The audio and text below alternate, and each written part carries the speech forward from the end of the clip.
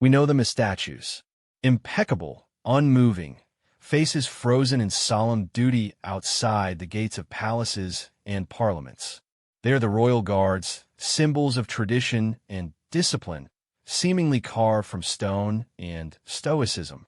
But what happens when the drill manual is set aside, when the bearskin hat comes off, and the human heart beneath the scarlet tunic reveals itself? This is not a story of protocol, but of people, of the unexpected, unscripted moments where these guardians of tradition step out of character, revealing whispers of kindness, flashes of humor, and profound empathy that bridge the gap between symbol and soul. These are the moments they don't train for in the barracks, the ones written not in orders, but in the quiet language of shared humanity. The morning frost clung to the London pavement like a thin, crystalline sheet, and a steady, icy drizzle made the air feel raw. Outside the high black gates of Horse Guards Parade, two figures stood in absolute stillness. Guardsman Aled Jones, his bearskin hat adding a full foot to his height, stared unblinkingly at a point in the middle distance. His world had narrowed to the rhythm of his own breathing, the weight of his uniform, and the strict mantra of his duty: do not move, do not speak, do not react. For the tourists already gathering behind the ropes, he was a photo opportunity, a piece of living history. They didn't see the man, only the uniform. They didn't know that Aled's mind, to stave off the numbness of his feet and the ache in his shoulders, was replaying the phone call from his mother the night before. His father, back in their small Welsh village, was facing a second round of chemotherapy. The old man's voice, usually so robust, had sounded thin and weary over the line. Don't you worry about me, son. You mind your duty. Make us proud. The conflict between that duty and the desperate urge to be home was a cold, hard knot in Aled's stomach, colder even than the London winter. The crowd swelled as the morning wore on. Children pointed, adults snapped pictures, and the usual chorus of attempts to make him laugh or flinch played out. Aled remained a fortress of discipline. Then, a small figure broke from the pack. A boy, no more than 5, with tousled brown hair and glasses that seemed too big for his face, waddled determinately toward the guarded post. His mother, distracted by a younger sibling in a stroller, was a second too late to grab him. The boy stopped right in front of Aled, well within the forbidden zone, and looked straight up, his neck craning at an impossible angle to see the face under the shadow of the bearskin. He didn't try to be funny. He didn't wave. He just stood there, his small hand clutching a well-loved, rather rag teddy bear that wore a miniature nurse's cap. For a full minute, the boy just stared at the giant, silent soldier. Aled's training screamed at him to maintain his post, to ignore the intrusion. But something in the boy's quiet, solemn study held a different kind of gravity. Then the boy did something unexpected. He slowly, carefully lifted his teddy bear up, offering it towards the guardsman. His voice, when it came, was a tiny, serious whisper against the city's hum. My bear looks after my daddy when he's poorly. Do you want to hold him? He makes it better. The words sliced through Aled's professional armor with pinpoint accuracy. In that small, earnest face, he saw not a breach of protocol, but a fellow traveler in worry. The boy's offer, born of a childish logic that the soldier might need comfort too, was a gesture of pure empathy. The rigid rules of his post collided violently with a deeper, human imperative. The standoff lasted 10 heartbeats. Then, with a movement so slow it was almost imperceptible at first, Aled's eyes, which had been fixed on the horizon, looked down. He met the boy's gaze. Then, breaking every single rule of his sentry duty, he shifted his rifle with practiced precision to his left arm, locked against his side. In one smooth, quiet motion, his right hand, in its white glove, came down from the stock of his rifle. He didn't take the bear. Instead, he extended a single finger and, very gently, tapped the teddy bear's tiny nurse's cap twice in a soft, acknowledging nod. A moment of profound, wordless connection passed between the giant in scarlet and the small boy in a blue puffer jacket. Aled's hand returned to his rifle, and his eyes snapped back to the horizon, the fortress walls of his duty resuming their place. But the breach had happened. The boy, seemingly satisfied, gave a little nod back, hugged his bear tightly, and trotted to his now flustered mother.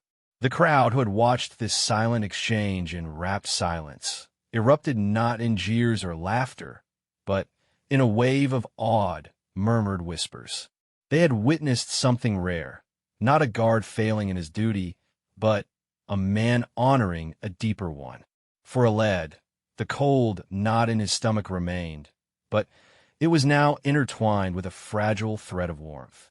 That small, shared understanding, that silent acknowledgement of carrying a private worry, had made the weight on his shoulders different.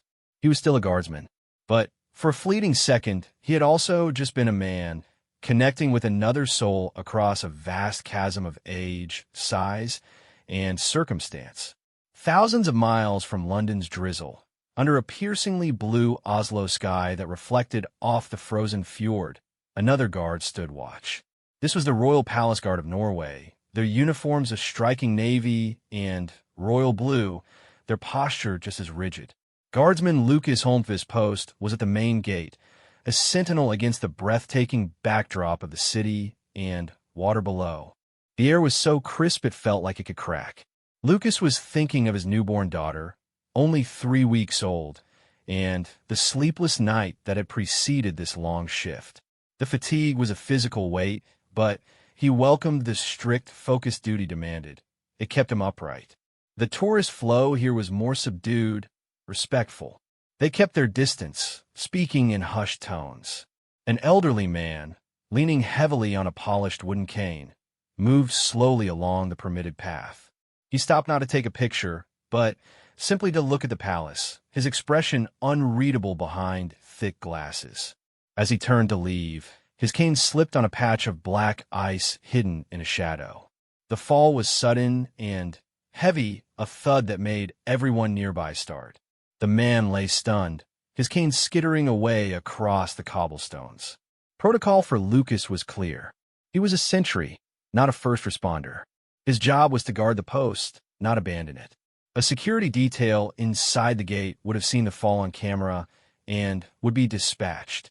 But the sight of the elderly man, struggling weakly to push himself up, his breath coming in pained gasps that fogged in the cold air, triggered something more primal in Lucas. He remembered his own grandfather, a man of similar age and frailty. The image of him lying helpless on the ice was unbearable. The internal battle was fierce but brief. Duty was abstract. The man on the ground was real.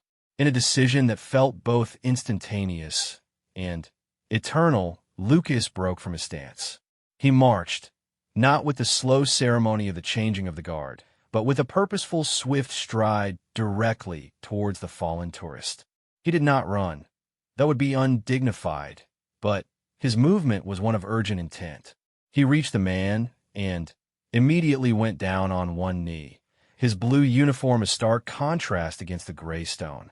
"Be still, sir," Lucas said, his voice low and calm, breaking the vow of silence. He spoke in English, then Norwegian. Help is coming. He didn't try to move the man, knowing the risks of injury. Instead, with a careful, deliberate motion, he unslung his rifle, placed it on the cobblestones beside him within reach, and then removed his heavy, woolen dress overcoat. He draped it over the elderly man, tucking it gently around his shoulders and chest to ward off the biting cold from the ground. The act was one of stunning tenderness from a figure of such formidable appearance. He remained there, kneeling on the cold stone, one hand resting reassuringly on the man's shoulder, speaking to him in a steady, soothing tone until the palace medics arrived with a stretcher. Only when the man was safely transferred did Lucas stand. He retrieved his rifle and coat, gave a slight, professional nod to the medical team, and then marched back to his post, resuming his rigid stance as if nothing had happened. But everything had. The small crowd that had gathered didn't applaud. They stood in a profound, respectful silence, understanding they had witnessed a choice where humanity had trumped protocol. The security officers who later debriefed him did not reprimand him. They saw the camera footage. They saw the guard not abandoning his duty, but redefining its very essence in that moment. Protection, they understood, was not just about defending a post from threats, but about safeguarding the people who came near it. For Lucas, returning to his stillness, the memory of his daughter flashed in his mind. He had acted as he would hope someone would act for his own family. The cold Oslo air no longer felt harsh. It felt clean. He had been a guardsman who had stepped out of character, only to discover a more complete version of what that character should be. The atmosphere outside Buckingham Palace was electric, a sea of Union Jacks and excited chatter. It was a major royal occasion, a trooping the colors ceremony, and the crowds were 10 deep behind the barriers. The household cavalry, atop their magnificent, glossy black horses, were the epitome of controlled power. Mounted on his steed, Atlas, Guardsman Connor Murray was a statue in silver and gold, his breastplate gleaming, his back ramrod straight. The noise was a solid wall of sound. Cheering, music from the band, the stomping of hooves and boots. Connor's focus was absolute, channeled through the sensitive animal beneath him. Atlas was a veteran, but the sheer intensity of the day could spook any horse. As the ceremonial procession began to move off down the mall, the crowd's fervor peaked. A sudden, enormous banner, released by a group of overenthusiastic fans, unfurled and flapped violently right at the edge of the procession route. The bright, snapping plastic was too much. Atlas, already tolerating a tremendous amount of stimulus, shied violently. He reared up, 1,000 pounds of startled muscle and steel-shod hooves. Connor, an expert rider, fought for control, his years of training kicking in. He managed to bring Atlas down, but the horse was now dancing sideways, skittering in panic towards the crowd barrier. For a horrifying second, the scene teetered on the edge of chaos and potential injury. In that blur of noise and motion, Connor's eyes locked not on the banner, but on a little girl directly in the potential path of the distressed horse. She was perched on her father's shoulders, her face a mask of terror, her hands clamped over her ears. In a split-second decision, Connor did the opposite of what instinct might demand. He didn't yank Atlas away violently, which could unbalance them both. Instead, with immense physical strength and a voice that cut through his own fear, he spoke not to the horse, but to the child. "Look at me, sweetheart," he shouted, his ceremonial voice of command softened into something urgent but calm. "Look at my hat. It's shiny, see?" The bizarre, specific instruction cut through the girl's panic. Her wide, terrified eyes snapped from the flailing hooves to Connor's face to the brilliant gold helmet with its white plume. In that same moment, Connor used the slightest shift of weight and a steady, relentless pressure on the reins, communicating with Atlas through their deep bond. He was projecting calm, not just for the horse, but for the child. "It's all right, Atlas. Steady now. Steady." His words were a low, continuous stream, a lifeline of composure thrown to both the beast and the little girl. The horse, responding to the familiar voice and the expert cues, began to settle, its snorts becoming less frantic, its steps ceasing their dangerous sideways shuffle. The crisis passed in less than a minute. The mounted officers nearby had closed in to shield the area, and Atlas, now back under full control, stood blowing heavily, but still. Connor, his heart hammering against his breastplate, never broke eye contact with the little girl until her father had quickly moved her back into the safety of the crowd. He gave her the smallest, most imperceptible wink before his face returned to its ceremonial blankness. The procession reformed and continued as if the interruption were a mere hiccup. But those who had witnessed it saw the truth. They hadn't seen a horse spook. They had seen a guardsman perform a breathtaking act of dual composure, quelling panic in an animal and a child simultaneously. In that moment of extreme pressure, Connor hadn't just been a soldier on horse. He had been a protector in the truest sense, his duty expanding in a heartbeat to shield the innocent from fear itself. The grandeur of the ceremony continued, but for Connor, and for those who saw, the most powerful moment had been that raw, unscripted fragment of grace under pressure. Winter in Copenhagen brought a soft, fairy tale blanket of snow to the square outside Amalienborg Palace, home of the Danish royal family. The guards here, in their navy tunics and bearskins, seemed like figures from a storybook. For guardsman Jens Mikkelsen, the cold was a familiar companion. His thoughts, however, were miles and years away in a dusty desert where he had served on an international deployment. The quiet, orderly square was a world apart from the memories of that tour, memories that sometimes surfaced with unwelcome clarity in moments of stillness. The day was peaceful, with tourists moving quietly through the snow. A family, a mother, father, and a boy of about 14, stood at a respectful distance. The boy had Down syndrome. He was fascinated by the guards, watching them with an intensity that was pure and unfiltered. He mimicked their stance, trying to stand perfectly still, his face set in a serious expression that kept breaking into delighted smiles. His parents watched him with affectionate patience. As the hour approached for the changing of the guard, a ceremonial event that drew a larger crowd, the boy's excitement became palpable.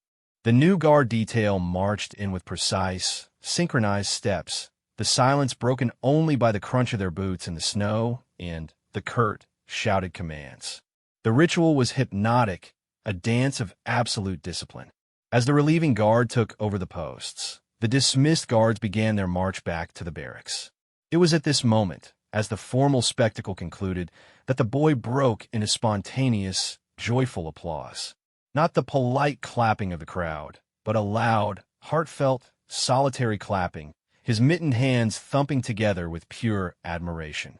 The marching guards, trained to ignore all distractions, continued their unwavering pace.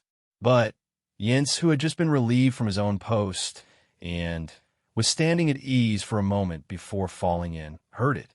He turned his head just slightly and saw the boy, his face alight with joy, clapping for them as if they were rock stars concluding an epic concert.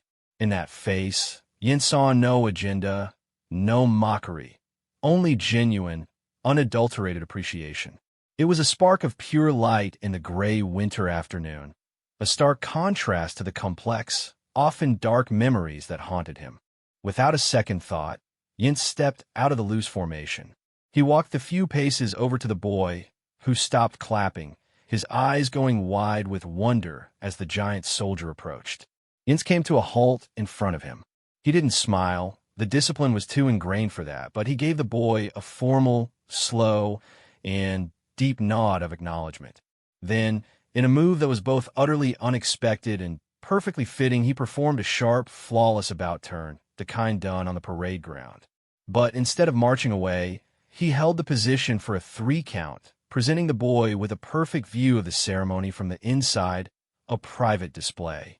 He then marched back to his waiting detail with the same precision. The entire interaction took less than 15 seconds. It was a silent conversation of respect. The boy beamed, his joy now complete. His parents had tears in their eyes, not just for their son's happiness, but for the profound dignity of the gesture. For Jens, the cold air felt cleaner as he fell in his step with his comrades. That simple, pure exchange had done more to quiet the distant echoes in his mind than any formal debriefing ever had. He'd share a moment of uncomplicated honor with someone who understood its value instinctively. In acknowledging the boy's appreciation, he had, for a moment, been able to fully appreciate the simple goodness of the duty he now performed, here in the peaceful snow. The story of these moments had begun to weave itself into the fabric of the guard's own culture. It was a rainy Tuesday afternoon at Wellington Barracks, the London home of the Foot Guards. In a quiet anteroom, away from the drill squares and kit polishing, a small informal gathering was taking place. It wasn't an official briefing. There was no officer present. It was just a few soldiers from different regiments sharing a pot of tea. Aled was there, having just finished a stint at Horse Guards. A cavalryman who knew Connor's story was present. Someone had heard about the Norwegian Guards' actions through the military grapevine. They talked, not with boastfulness, but with a kind of quiet bewilderment. "I just saw my granddad," Lucas's story concluded, the man saying softly, "I didn't even think." Aled nodded, stirring his tea. The boy, he just looked so serious. He meant it, you know? His bear was a proper medic. They shared the aftermath, the quiet approval from understanding superiors who valued good judgment as much as good drill, the letters from the public that filtered in, not addressed to the guard but to the kind soldier. They realized these incidents, scattered across countries and circumstances, were not breaches of discipline, but affirmations of something much more important. The discipline, the stoicism, the unbreakable bearing. It was all a container, a crucible. But what it held, what it was ultimately for, was the protection of something fragile. Order, yes, but also dignity, safety, and moments of human connection. The uniform made them symbols, but it was these fleeting decisions to step out of that symbolic role that revealed their true substance. They weren't just playing the part of protectors. In those unscripted seconds, they became protectors in the most holistic sense. The conversation turned to the public. The guards had all seen the videos online, the headlines, "Heartwarming moment, guard breaks protocol." They discussed how the public's perception had, in subtle ways, begun to shift. People still took their photos, but there was less of the mocking, less of the silly attempts to make them laugh. There was a new, discernible respect in the air, a sense that the crowd now understood there was a living, breathing, feeling human being inside the iconic uniform. The barriers, both physical and metaphorical, felt slightly lower. The connection went both ways. As they finished their tea, the talk returned to the hard reality of their job. The endless hours of drill in all weathers, the physical toll, the missing of family events, the weight of tradition. But it was discussed with a renewed sense of purpose. The stories were not about exceptions to their duty. They were the highest expressions of it. They were reminders that their ultimate service was not to a stone facade or a gilded gate, but to the people who revered those symbols, to be a fixed point of certainty in a chaotic world, and yet to be flexible enough to respond to human need. That was the real, unspoken mandate. Later that week, Aled was back on post. The drizzle had returned. The knot of worry for his father was still there, a constant companion. A different family approached, a young girl holding her mother's hand. She looked at Aled, not with a challenge, but with a shy curiosity. Remembering the boy with the bear, remembering the shared stories in the barracks, Aled, while maintaining his rigid stance, allowed his eyes, just for a fraction of a second, to glance down and meet hers. It wasn't a break in protocol this time, but a subtle, conscious softening of its edges, a silent communication that said, "I see you too." The girl smiled, a small, secret smile, and didn't try to make him laugh. She just gave a little wave before walking on. Nothing had happened, and yet everything had changed. The tradition stood firm, unbroken. But within its timeless form, a new understanding now lived and breathed, that the greatest strength of a guardian lies not in his impassive exterior, but in the compassionate heart that beats, steadfast and ready, beneath it.